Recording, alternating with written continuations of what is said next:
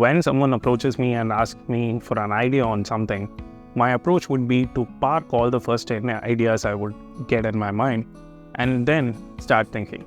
This is basically out-of-box thinking, wherein everything that comes to your mind first is what everybody else would also think. There is a good chance for it.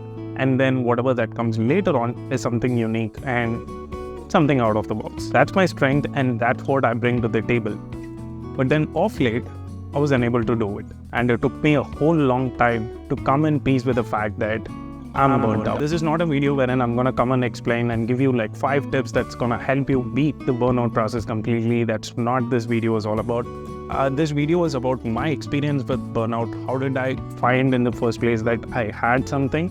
And then what are some of the things I am trying in order to come out of it and make sure that I don't go through this phase once again in probably the later stages of my life. So once I realized that I couldn't think like I used to, I couldn't work and get things done like I used to, and most importantly, I wasn't feeling the joy like I used to by doing all these things, I decided to do some reflections and I started journaling. The goal was to identify what are the things that is actually pushing me into this area and what is going wrong. So I identified some of the factors which could be contributing to this. I actually have them pointed out here. So things which I identified are too many projects, unrealistic targets, no gratitude, being hard on myself, trying to perfect everything I do, even it goes with this YouTube channel as well, absolutely no social activity.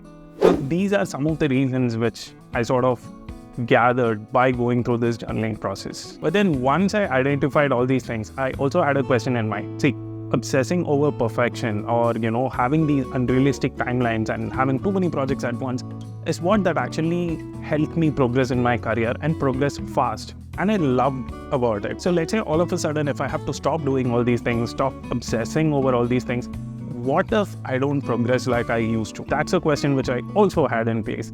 So kind of feels like where people say, you have your foot on the pedal and if you just release it, you would feel that everything is gonna fall off dramatically. But then after going through a lot of tutorials, help and everything, I realized that you really don't have to take your foot off the pedal. See, the idea is not to stop obsessing over all these things, but to make sure that you draw a line for all these obsessions. And most importantly, you step away from them whenever you have to step away from them. One key advice I learned during this process is a tip which I read from a book called Deep Work. I actually have the book, let me hold it in my hand so it looks more authentic. So yeah, Deep Work is that the author would talk about living your life in day-tight compartments.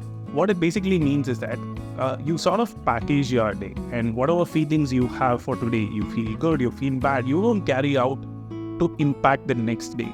If you had a bad day, you just put it in the compartment, close it, and then start the next day completely fresh. So an extension of this idea is where I saw in a video wherein the author would suggest you create multiple compartments even within a day. So one for your work, one for social, one for personal, one for your side hustle, and maybe one for yourself as well.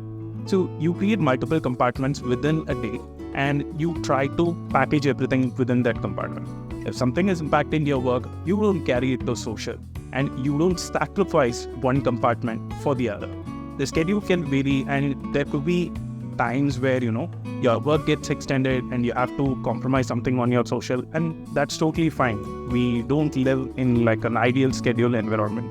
But the important thing I learned is that even if that spill happens over, you immediately have to revert back to the original plan. This shouldn't be the permanent case. I think that's where most of us lack. Like we make this one slip happen, we compromise on it, whether it is starting a goal or, working on something. We just allow us to take that one small slip and that starts the catastrophe which is about to follow through. This, for me, it seemed to be a very valuable advice. The second one is from one of my earlier bosses. So I used to pride myself in the fact that I don't take weekends off.